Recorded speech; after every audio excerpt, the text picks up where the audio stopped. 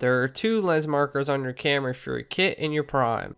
Put the marker on your lens to the marker on your camera, then rotate clockwise. I'll show you how to take it off.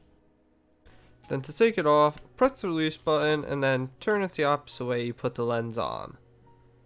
To open the SD cover, just slide it open, then take your SD card until it clicks in, and to take it out, just push on to the SD card until it clicks and it should pop right out. On the bottom, this is where you could put your battery or use the threads to put a tripod on. As I struggle here to open the battery with one finger, you just pull the flap up by pushing up and then pull the gray tab to release the battery. And then after that, if you want to insert the battery, you pull the gray tab back, and after that you put the prongs facing upwards, and if it doesn't fit, just flip it. To control the aperture, press the AV button with the plus and minus sign while simultaneously using the scroll wheel above the ISO button to adjust it. If you use just the scroll wheel by itself, this will control the shutter speed. The button I just talked about, the ISO button, which is under the scroll wheel on the top of your camera, this will control your ISO and can be controlled by using the arrows on your camera. For the A depth on the dial or the audio depth of field, you have control over your ISO and white balance, but you don't have control over your aperture or shutter speed. This will make the camera automatically figure out what your aperture and shutter speed is based on the ISO and white balance you choose. The M setting on the dial, or the manual setting, which has no restrictions whatsoever on what you can adjust, and you have full control over your camera. This is what I mostly use when taking photos. The AV setting or aperture priority setting, you control your ISO, f-stop, and white balance, but you can't control your shutter speed, and this is set automatically by the camera. The TV setting on the dial, you can't control your f-stop, but you can control your ISO and shutter speed. This is best used for sports when you don't have to worry about the f-stop, and you can increase your shutter speed to capture more motion. The P or program setting lets you control your ISO, and then the camera sets up your shutter speed and aperture. The automatic setting that has a green A and a box with a plus in it is a setting that pops up the flash, and you don't have to choose any of the settings when taking pictures. The flash off setting is the same exact setting as the one before, but instead it just does not use the flash. The creative automatic setting is similar to the previous two settings but has some slight differences. The next automatic setting is portraits, which is best used for when shooting portraits. The automatic setting landscape is best used for when shooting landscape or establishing shots.